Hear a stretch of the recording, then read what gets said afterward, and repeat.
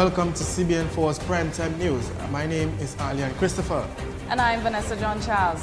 In today's top stories, several schools given assistance to aid in the growth of a very common subject area. And Dominica Youth Business Trust assist young entrepreneurs. And later, Roseau River project contractor satisfied with the outcome. We'll be right back with news on these and others right after the break. Please stay with us.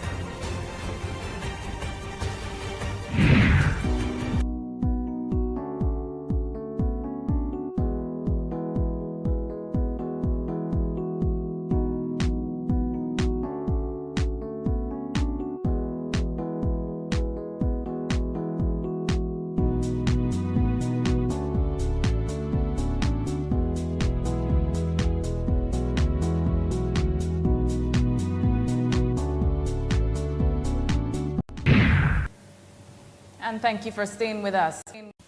The CIBC, First Caribbean International Bank, held a press conference this morning donating a check to the HIV/AIDS unit. The bank has taken up this venture since 2004. Here's Ronna Lawrence, Business Support Officer.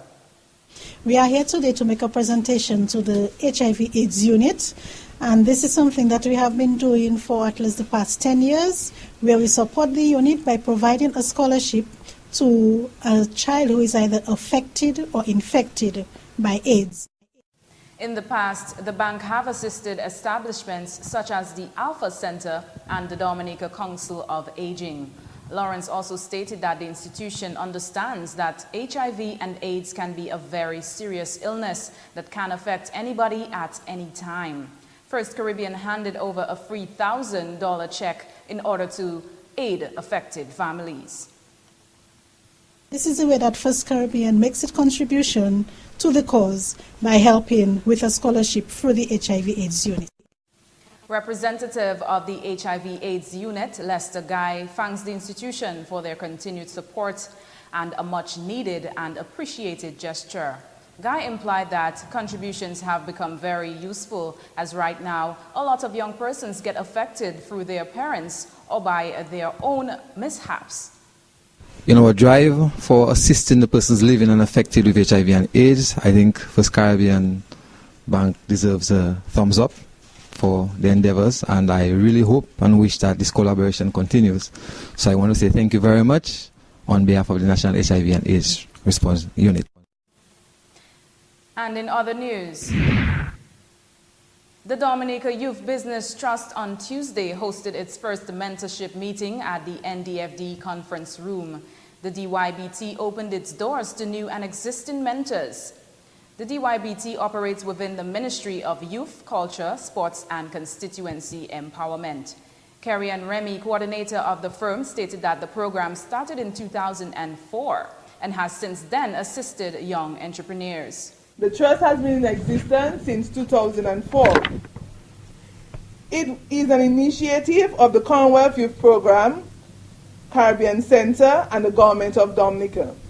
The program combines the attributes of several past initiatives and involves inputs from many other institutions and donors into a coordinated project that delivers an effective package of services to young entrepreneurs.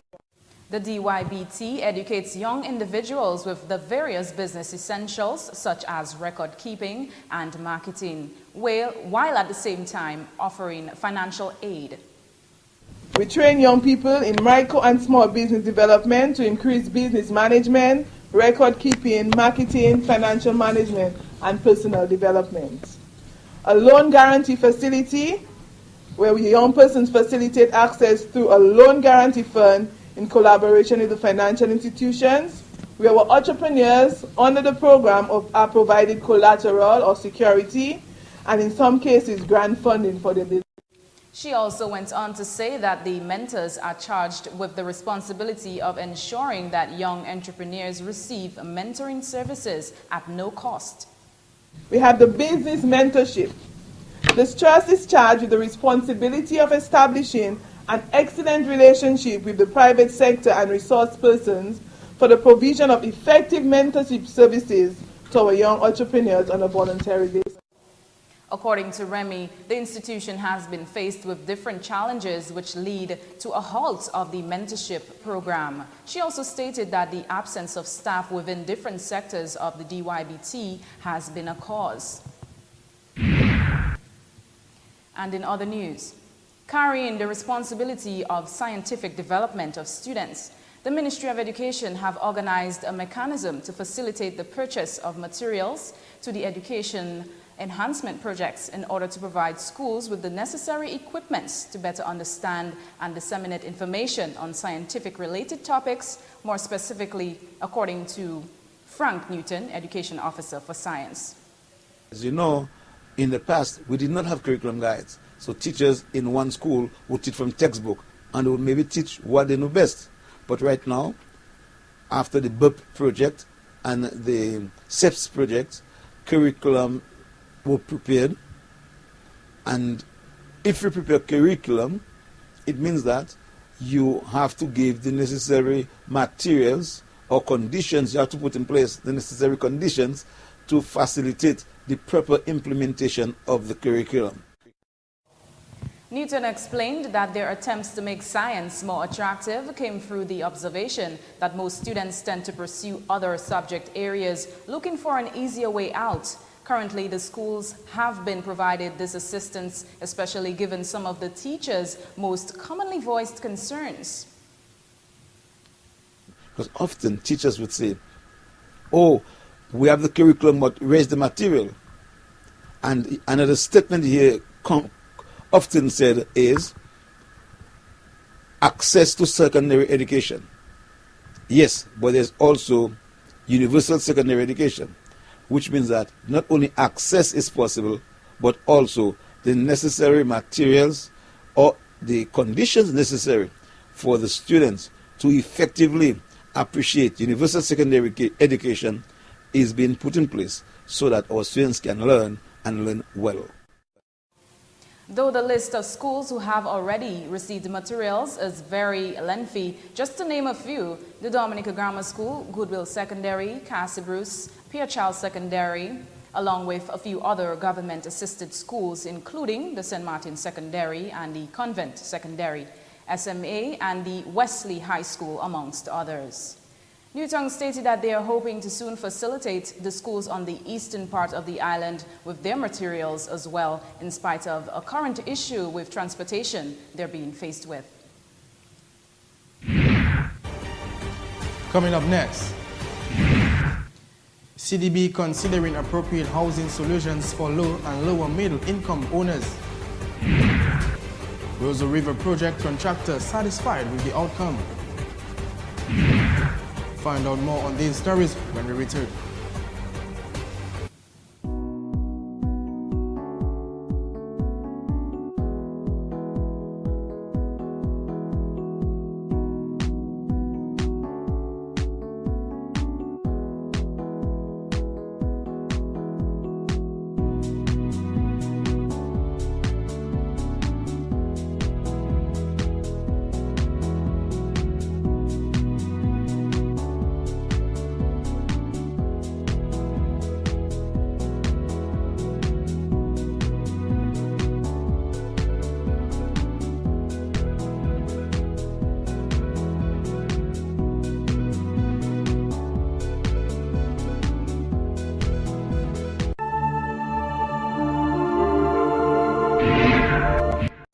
Welcome back.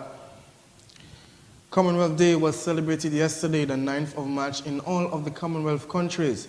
Dominica was no exception, as various schools made attempts to observe and pay respect to this day by carrying out activities in highlight of the Commonwealth countries. Even the little ones at Little Gems Preparatory School enjoyed their fair share of the day. Here to tell us what activities were planned by the staff for the students is Mrs. Medina Defoe, principal of Little Gems Preparatory School. Okay, we say train our little ones for the future. We know about this time all the countries are observing Commonwealth Day, and we want to instill it into our little ones also. The earlier we start, the better. So this morning, each one of them is representing a Caribbean Commonwealth country. A special assembly was also carried out at the school grounds where the principal said all of the teachers educated the students on the definition behind Commonwealth Day and the reason for their brightly colored outfits worn throughout the day.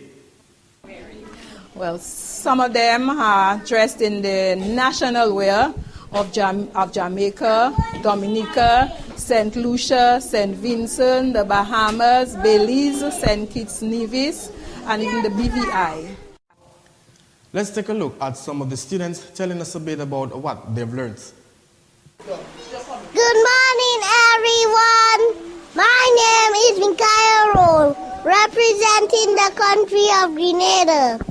The capital of Grenada is St. George's, and the national bird is called Grenada dove, and the national dish is called oil dog, Grenada oil dog. Thank you. I'm from the Bahamas. I am Miss Jamaica out of many one people. That is so amazing. These young children looking so smart and colorful. Yeah, I definitely think it was a good idea, the teachers having the students so engaged in this activity. Creates a better understanding for them, concerning Commonwealth Day. Yeah. And in other news, still on the topic of Commonwealth Day, a young woman by the name of Jennifer Roberts, who feels that the value of Commonwealth Day in Dominica has gone down, told us what things once was like back then while she was a kid growing up in comparison to this day. I can remember a long time ago, I used to be going to primary school, and then the Queen came to Dominica. It was in Portsmouth. She came to Portsmouth. So we on the west were supposed to go down to Portsmouth. And then we would stand on the side of the road as school children, and then the Queen came to visit and would wave and whatever, and they would give us little, at that time they would give us juice. I think it was Coke and little buns, because the Queen is coming and we have to.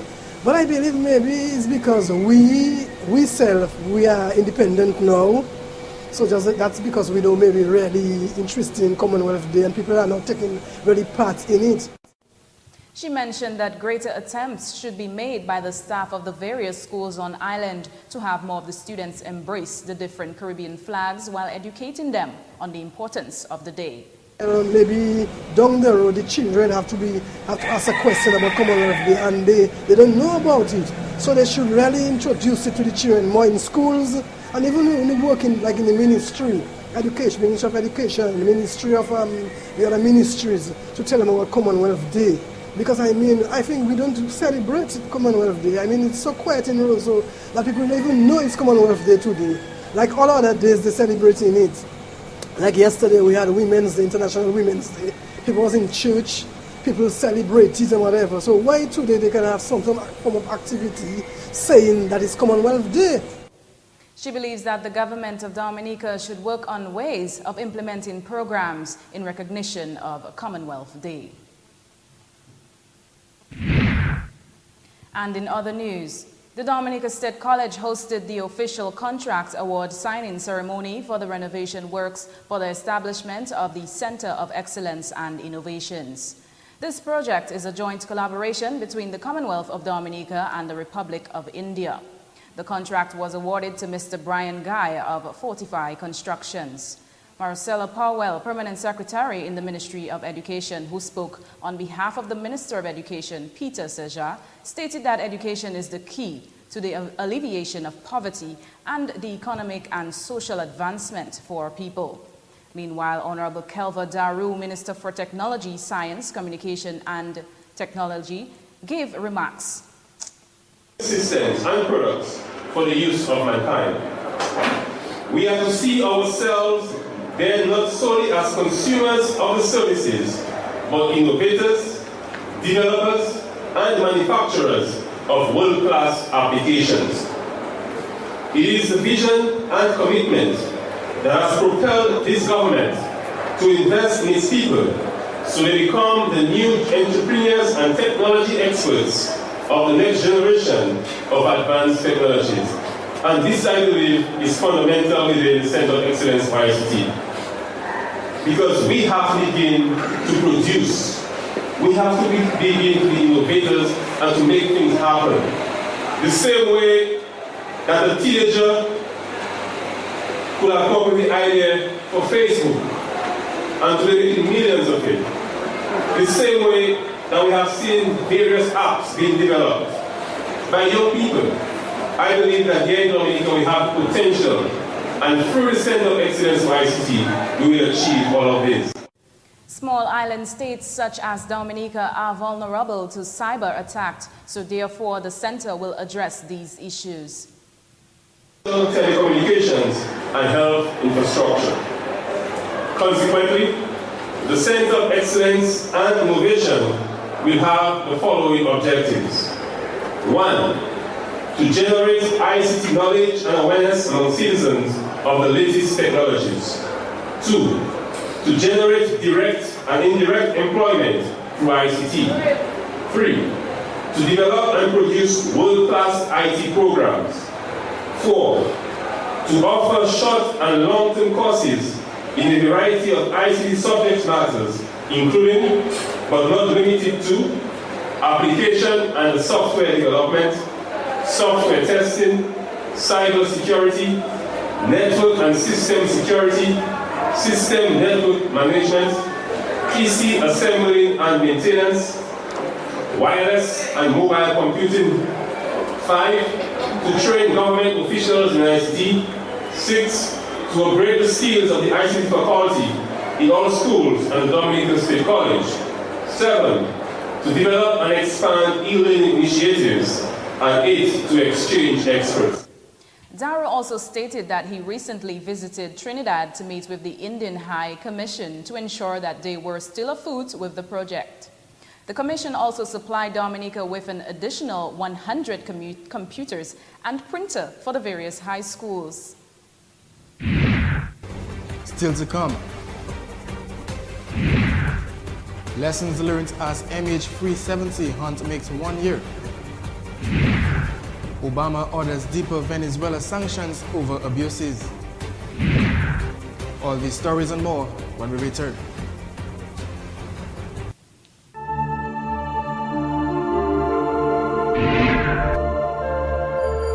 You're watching CBN 4 News, keeping you up to date every day.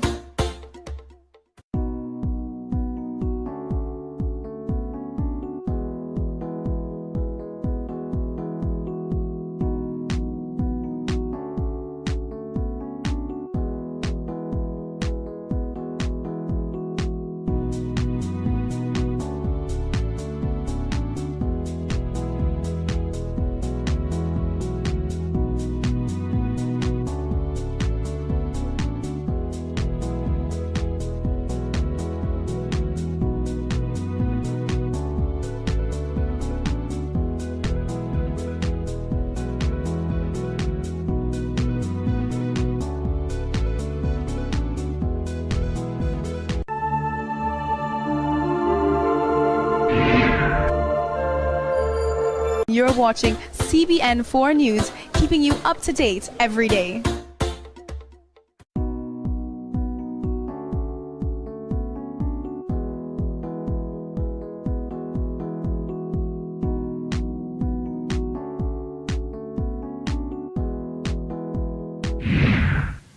Welcome back to the Primetime News. The Caribbean Development Bank is currently revising its housing sector policy and strategy to better assist in borrowing member countries through the provision of appropriate housing solutions, particularly for low and lower middle income segments of the population. Discussions took place at a recent workshop held in Barbados on February the 24th and 25th. The basis of the workshop was to address CDB's involvement in the housing sector and work being undertaken by selected BMC. Participants discussed the findings of these two studies as well as a presentation of the challenges and opportunities of affordable housing solutions for low-income households. The bank's Director of Projects, Michelle Cross-Frenty, stated, since 1990, CDB has provided over US $160 million in loans and grants to 12 borrowing member countries in support of various initiatives in the housing sector. Without the necessary enabling environment in place, the actual construction of housing units will not have the desired maximum social, economic, and environmental development impacts. The first phase of the River Promenade project is nearing completion. Contractor of the project, Mr. George Nanton, stated that they experienced a few challenges along the way, but they are able to overcome. George Nanton from Portsmouth, the contractor on the River Promenade, that first phase of the wall. And as you can see, we're nearing completion right now. During the construction period, at some point the project came to a halt. When asked what was the cause, he stated that there had been variations in the works, but he is overall satisfied with the outcome. I mean, working in the river is always difficult, but since we are well equipped and have enough manpower, with the help of God, we made it through. With the time we had that little hold back, they had to do some more surveys and a variation in the works. We had some extra wall to construct up to the bridge. That's why we had to stop and allow them to do what was necessary. Currently, there is still some dredging work going on, and in terms of the durability of the wall, he said that he was very confident in the engineers, so therefore he believes it can withstand the forces of nature. This is a very good project that is ongoing, and with the retaining walls and so on. Have you seen it lately, though? Of course I've seen it. It's quite visible, you know, from the way out of town. You get a clear view of the progress so far. We're right back after the break. Please stay with us.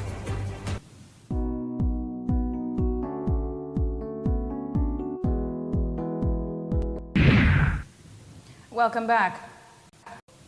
Jamaican dancehall stars Busy Signal and Roman Virgo has been added to an already star-studded cast for the 2015 Tobago Jazz Experience. The two will join the legendary David Rudder, who has also been added to the Jazz Experience cast, along with local acts, Kes, the band, and this year's groovy soca monarch, Ola Tunji. They will be part of the experience that includes the mega stars Jennifer Hudson, Miguel Cool and the Gang, and Jill Scott in what promises to be another huge Tobago Jazz Experience. The experience, which is more than just music, takes place from April the 19th to the 26th and will begin in Speyside with shows all over the island, culminating in a weekend of music, fun, food and dance at the Picture Square Pigeon Point Heritage Park. And for decades now, the sound of Jamaica has been reggae, the infectious, unique music that transformed the small Caribbean island into a cultural powerhouse. But the genre's success has taken it far beyond its roots, and now many years in Jamaica, many worry that reggae lovers abroad are forgetting the motherland where it was born. A country of fewer than 3 million people, Jamaica had remarkable success originating influential musical forms such as ska, rocksteady, reggae, dub, and dancehall. Musicologists say production innovations and the discovery of toasting reggae DJs chanting over a beat directly inspired hip-hop. Jamaica celebrates Reggae Month every year in February. This year, events include workshops on intellectual property for up-and-coming musicians, and the island's biggest university also recently hosted an international reggae conference, where the global business of reggae was a featured topic. In more regional news, more cruise and stayover visitors came to Grenada in 2014 than in 2013, revealing an increased interest for travel to the beautiful Tri-Island state. Cruise is one of 5 main market niches for Grenada, with 3 ports of entry for cruise ships. 156 cruise calls brought 235,140 passengers to Grenada in 2014, contributing an excess of EC 26 million to the economy. Last year, ports at Grenada and Carriacou welcomed a total of 11 inaugural cruise calls, with 2 during the months of July and September after a long hiatus. There were 143,521 stayover visitors in 2014, an increase of 18.36% or 20,709 in real terms when compared to 2013. These stayover arrivals added over 347 million to the economy. On average, Maurice Bishop International Airport received 340 inbound flights from major cities in the USA, the UK, Canada, Germany, Latin America, and the Caribbean. In international news, the hunt for flight MH370 has failed to turn up any debris, but its unprecedented scale in one of the world's remotest locations has provided valuable lessons for future search and rescue missions. The Malaysia Airline plane disappeared en route from Kuala Lumpur to Beijing on March 8, 2014, with mourning families and friends of 239 on board still waiting to hear what happened 12 months later. There has been no trace of the Beijing airline despite an extensive air and sea search. 4 ships coordinated by Australia continue to soar a huge underwater area at least 1,600 kilometers from the nearest piece of land in a stretch of Indian Ocean previously only mapped by satellite. Flight AF447 was hauled from the Atlantic nearly 2 years after it crashed in 2009 en route from Rio de Janeiro to Paris. The MH370 search, jointly funded by Australia and Malaysia with a budget of Australian $120 million, is focused on 60,000 square kilometers priority area and scheduled to end in May. Still in international news, the U.S. ambassador to South Korea have been released from hospital after a knife attack, saying the incident has only strengthened his love and affection for the country. It has been incredibly gratifying for me and my family to see such beautiful expressions of empathy and generosity from the Korean people. The signs, offers of food, flowers, cards, and the well-wishers on Twitter, Facebook, and our blog, these and other acts of kindness have touched us deeply. I feel pretty darn good, all things considered. I mean, it was obviously a scary incident, but I'm walking, talking, holding my baby, hugging my wife. So I just feel really good. The bottom line is that this incident has only strengthened our love and affection for this country and our belief in the unbreakable bond that exists between the United States and the Republic of Korea.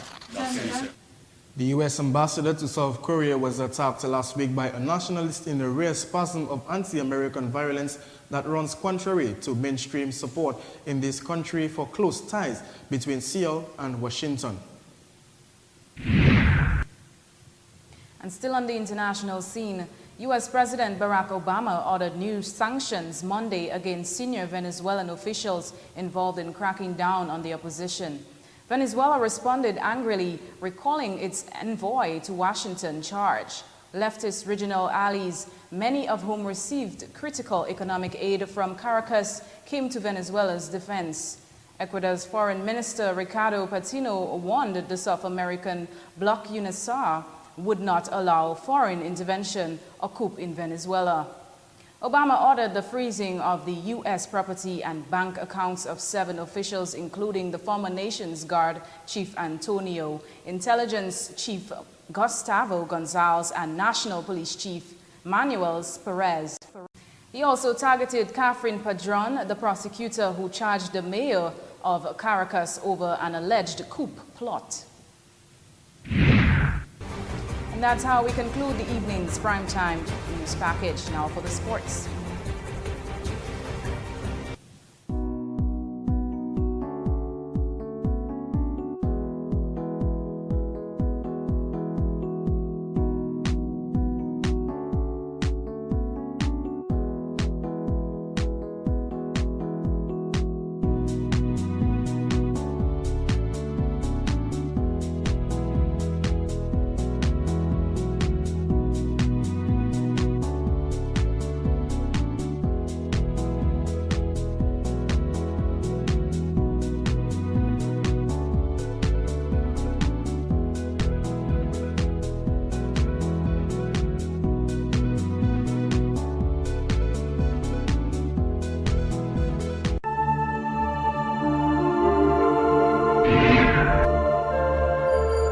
You're watching CBN4 News, keeping you up to date every day.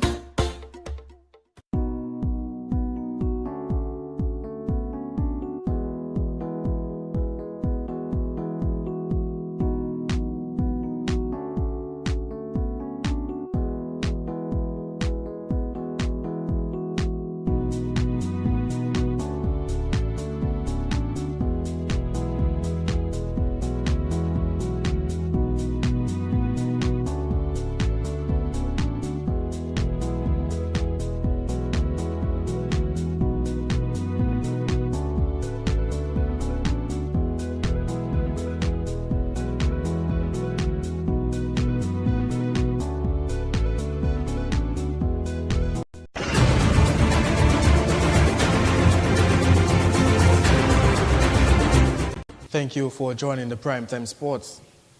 The Ministry of Culture, Youth, Sports and Constituency Empowerment through the Sports Division staged the 2015 Secondary Schools Athletics Championship earlier today at the Windsor Park Sports Stadium. This event will be used to select athletes for the Windward Island School Games, which will be hosted here in Dominica in the month of July to August. Athletes will also be selected for the 44th Carifta Games, which will be held in St. Kitts during the Easter weekend. Sports coordinator Mr. Trevor Shillingford said that a few changes were made some 3 years ago in order to provide the students, athletes an opportunity to meet the qualifying standards for representation at the Carifta Games. So we added a new division, that is the under-16 division, as a means of observing or selecting possible representatives for Dominica at the Carifta Games. Shillingford further mentioned that this meet is indeed important to the sports division as they expose the student athletes on the regional scene. West Indies all-rounder Kieron Pollard is to take an indefinite break from first-class cricket, Trinidad and Tobago cricket officials have confirmed.